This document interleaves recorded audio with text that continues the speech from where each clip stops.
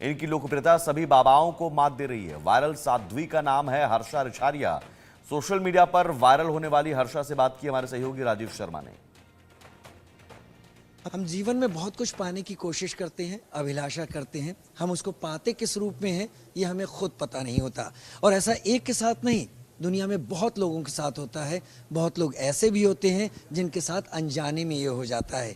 हमारे साथ इस वक्त हर्षा रिछारिया जी हैं, झांसी से मुंबई। वो जो दुनिया थी वो रियल थी, उसमें ऐसा क्या नहीं मिला जो आज आप हमारे सामने निरंजनी अखाड़े में मौजूद हैं। नहीं, लकीली मुझे उसमें सब कुछ मिला।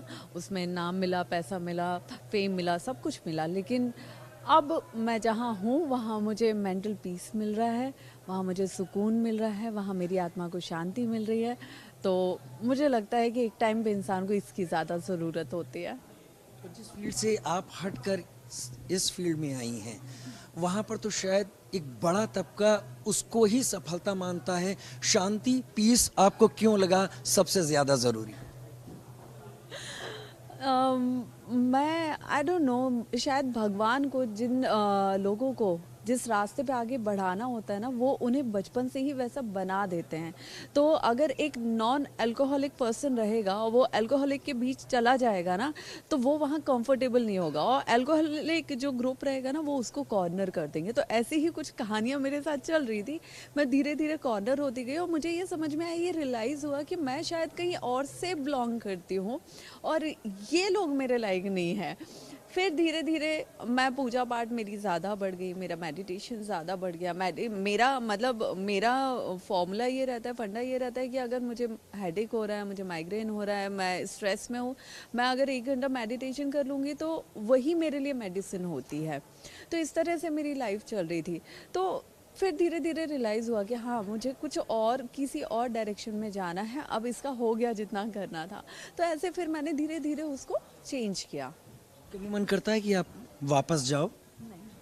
बिल्कुल नहीं।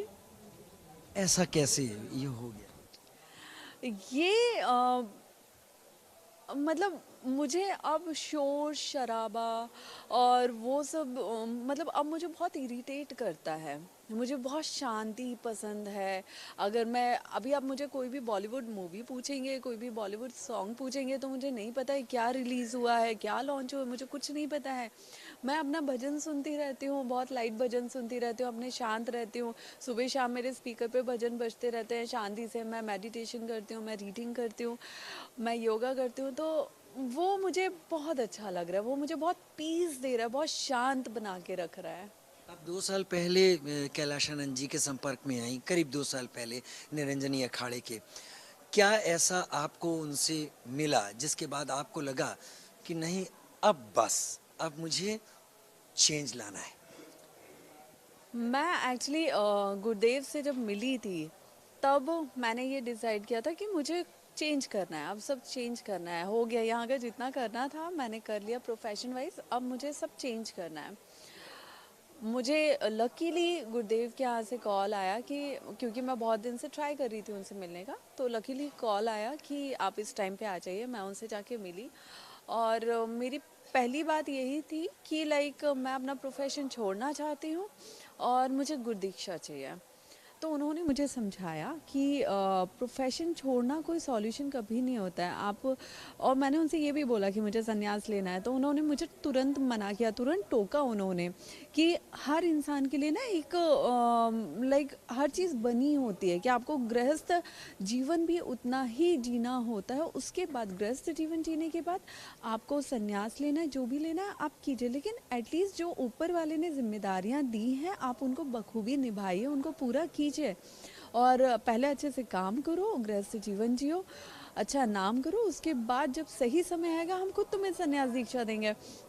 मैंने कहा ठीक है। तब तो मैं उनसे नहीं ज़्यादा कुछ बोल पाई, लेकिन हाँ फिर मैंने अपना लाइक सिटी चेंज किया। मैं पहाड़ों पे आके बस गई, मैं उत्तराखंड में आके बस गई। फिर मैं धीरे धीरे सबसे बात कम कर दिया। कुछ टाइम तक मैंने लाइक अपना फ़ोन भी ऑफ कर दिया था, मैं बस अपने जोन में रहती थी। फिर धीरे धीरे मैं लोगों के वापस नेटवर्क में आई, मैंने फ़ोन ऑन किया।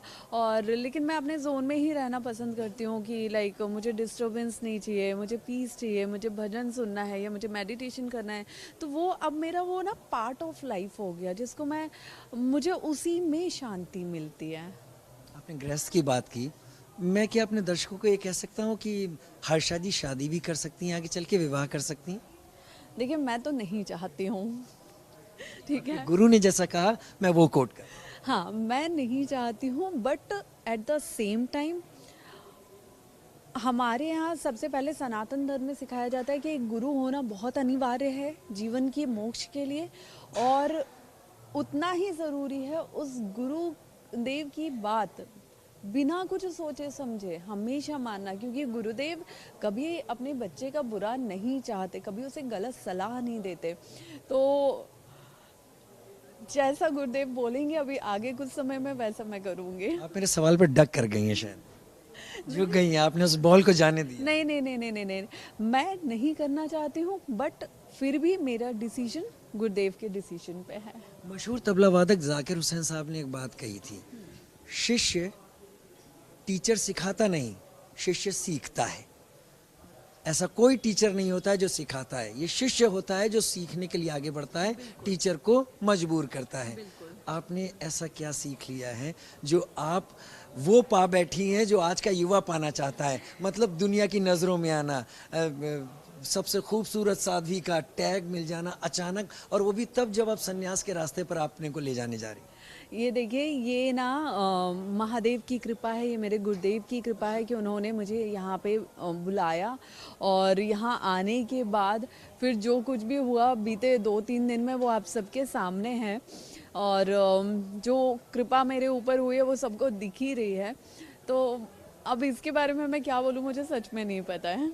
थोड़ी सी कृपा आप मेरी तरफ ट्रांसफर कर दीजिएगा, मुझे भी ज़रूरत है। लेकिन माता पिता ने कभी आपको रोका नहीं? माँ पिता ने कभी चाहा नहीं कि बेटी आपने सन्यास पीस की तरफ जाने की सोची है? अभी मेरे पेरेंट्स को नहीं पता है कि मैंने सन्यास के बारे में सोचा है। उनको ये पता है कि हाँ, मैं भक्ति के मार्ग पे जा रही हूँ, और उससे वो बहुत खुश हैं।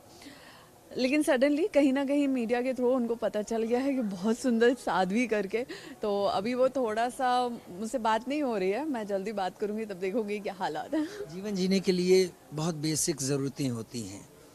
आप जिस तरीके से आपका गेटअप है, ये चीज़ें ये नहीं आती इस तरीके से, तो क्या सन्यास के साथ साथ आप अपनी उन जिम्मेदारियों को भी निभाती रहेंगी, जिससे एटलीस्ट वो जो ज़रूरत होती है खर्चे की, वो भी आप अपनी मेहनत से पैदा करती रहें?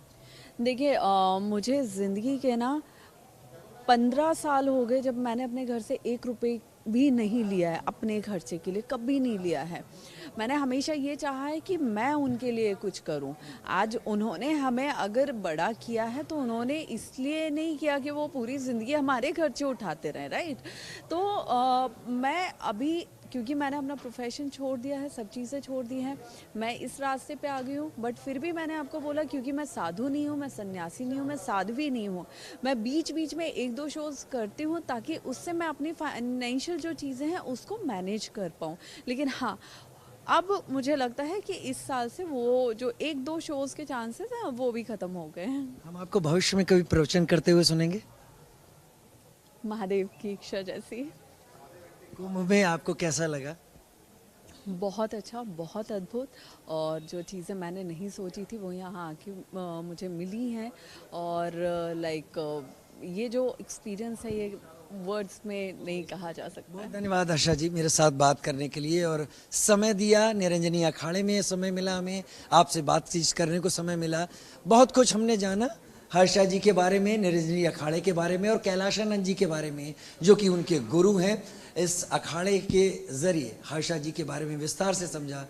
कैमरा पर्सन अंकुश के साथ Rajiv Sharma, India News, Prayagraj, Mahakumbh city. और यहाँ रुकते हैं एक छोटे से ब्रेक के लिए।